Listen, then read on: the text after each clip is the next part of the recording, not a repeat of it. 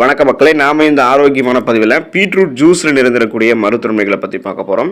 Beetroot juice நிறைய ஊட்டச்சத்துக்கள் கொண்டு இருக்கிறதால வாரத்தில் ஒரு தடவையாவது அதை நம்ம எடுத்துக்கிட்டோம் அப்படின்னா நம்மளுடைய உடலில் இருக்கக்கூடிய கழிவுகள் நீக்கப்பட்டு பலவிதமான நோய்களை எதிர்த்து போராடக்கூடிய தன்மையை பீட்ரூட் ஜூஸ் நமக்கு கொடுக்கும். பலவிதமான நோய்களை நமக்கு குணமும் படுத்தும்.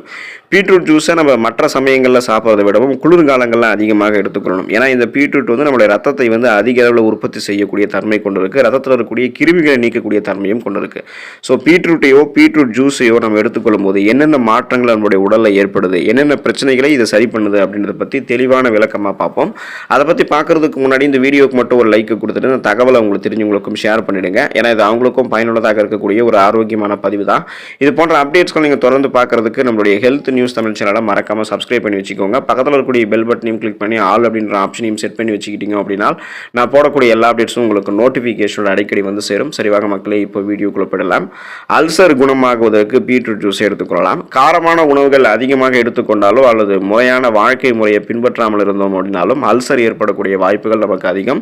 அப்படி அல்சரால் அவதிப்படுபவர்கள் பீட்ரூட் ஜூஸை தங்களுடைய உணவுகளில் எடுத்துக்கொள்ளலாம். அதனால் தினமும் சாப்பிட வேண்டும் என்பது அவசியம் கிடையாது.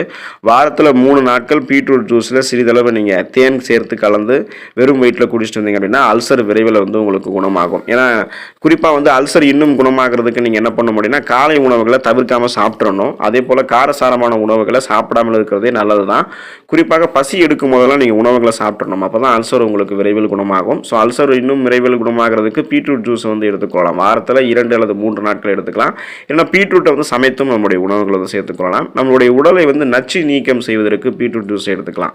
சிறுநீரகம், பித்தப்பை, கல்லீரல் போன்ற உடலினுடைய உள்ளுறுப்புகள் இருக்கக்கூடிய நச்சுக்களை நீக்குவதற்கும் உடலில் இருக்கக்கூடிய கழிவுகளை வெளியேற்றி நம்மளுடைய உடலை சுத்தப்படுத்துவதற்கும் பீட்ரூட் ஜூஸ் மிக சிறந்த தீர்வாக இருக்கு.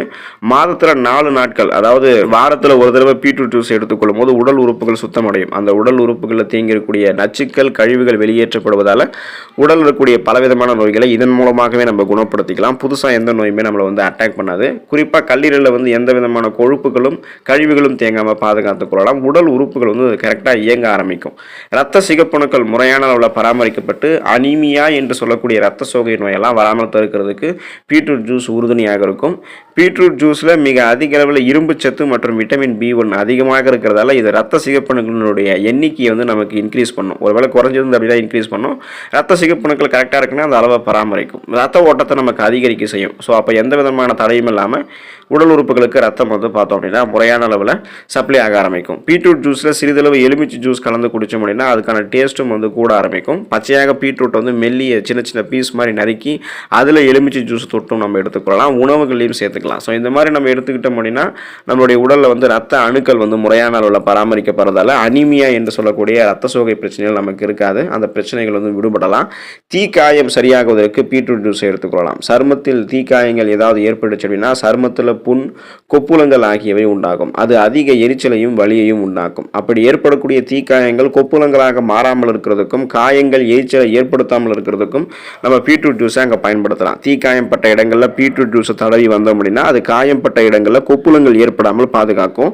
இன்ஃபெக்ஷன்ஸ் எதுவும் ஏற்படாமல் பாதுகாக்கும். எரிச்சல் எதுவும் ஏற்படாமல் பாதுகாக்கும். அப்புறம் உடனே நம்ம மருத்துவமனைக்கு சென்று அந்த காயத்தை நம்ம ஆற வச்சுக்கலாம். அதுக்கான மருத்துவத்தை பார்க்கலாம்.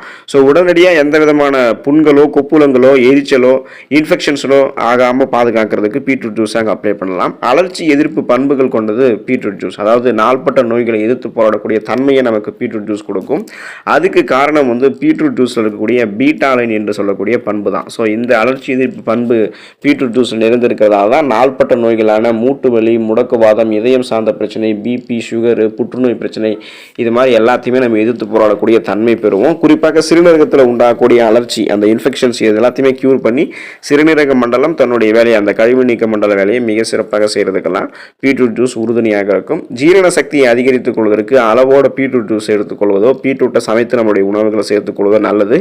நீரில் கரையக்கூடிய ஃபைபர் என்று சொல்லக்கூடிய நார்சத்துக்கள் பீட்ரூட் ஜூஸில் மிக அதிக அளவில் இருக்கிறதால ஜீரண சக்தியை நமக்கு பீட்ரூட் ஜூஸ் அதிகரிக்க செய்யும். மெட்டபாலிசத்தை அதிகரிக்க செய்யும். ஸோ நம்மளுடைய வளர்ச்சிதை மாற்றத்தை இன்க்ரீஸ் பண்ணி நம்மளுடைய பெருங்குடல் நீரை அதிகமாக உறிஞ்சாமல் பார்த்துக்கிட்டு பெருங்குடல் குடலை சுத்தமாக வைக்கும். இதனால் நமக்கு செரிமானம் ஆரோக்கியமாக இருக்கும். ஊட்டச்சத்துக்கள் விரைவாக உறிஞ்சப்பட்டு நமக்கு உடல் ஆரோக்கியமாக இருக்கும். கழிவுகள் எதுவுமே அங்கே வந்து தேங்காது. அப்போ சீரற்ற குடல் இயக்கம், கடுமையான மலச்சிக்கல் போன்ற பிரச்சனைலாம் இருக்காது. ஸோ தொடர்ந்து நம்ம பீட்ரூட் ஜூஸை அளவோடு எடுத்துக்கொள்ளும் போது நிறைய மருத்துவமைகளை பெற்று நலமோடு வாழலாம். அதனால் வாரத்தில் ஒரு தடவையாவது பீட்ரூட் ஜூஸை எடுத்துக்கொள்ள பாருங்கள். பீட்ரூட்டை வந்து சமைத்தும் உங்களுடைய உணவுகளை சேர்த்துக்கோங்க. வளமோடு வாழலாம். அடுத்த பதிவில் சந்திப்போம். நன்றி மக்களே.